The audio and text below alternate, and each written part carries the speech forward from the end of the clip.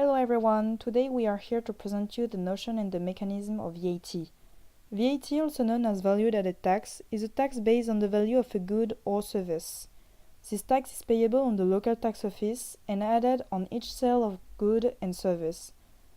In our French economy, everyone pays the supplier for a good or service, and we differ two types of pricing. The first one is a TTC price, also known as toute taxe comprise, which is exposed when the VAT is included in the price in the business-to-customer trading. The second type of pricing is the HT price, and it is exposed when the price does not include the VAT in a business-to-business trade. But how do we deduct the VAT? Only professional organizations registered the VAT by the local tax office can be deducted from the VAT. In France, there are different rates of VAT, the lowest one at 0% on insurance, financial and social expenses such as interest, dividends, or education. The second one is 2.1% on newspaper and medicine registered by the French Social Security. The third one is 5.5% on gas, electricity, food with some exceptions, supplies for handicapped people, and books.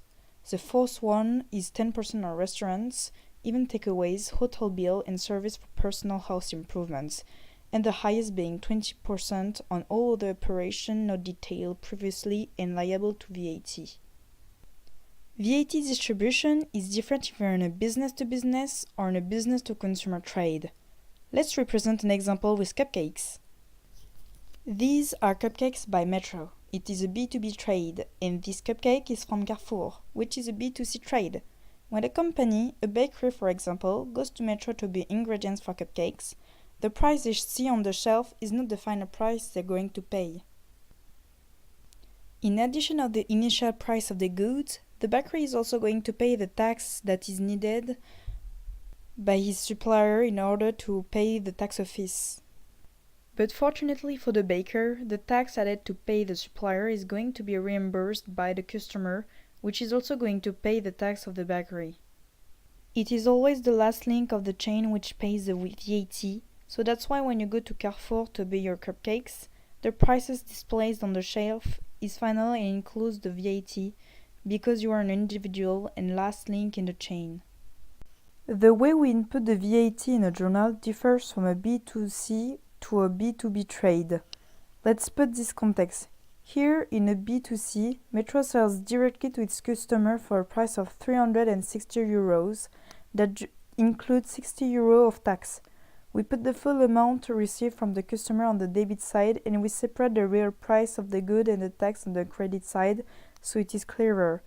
The tax counts as a liability as it is going to be taken by the tax office.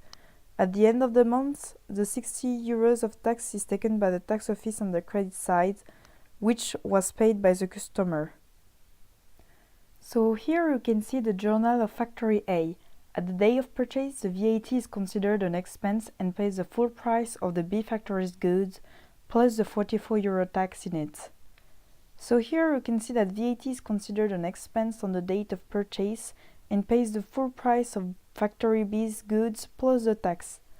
On the date of sale, we can see that Factory A charges the customer the price of what he bought at Factory B, meaning 220 euros, but without the 44 euro tax, because he knows he is going to be reimbursed at the end of the month. But he still charges 60 euros of tax to the customer, because at the end of the month, we can see that the VAT is collected and that he is being reimbursed the 44 euro tax of the first trade, but not the 60 euros.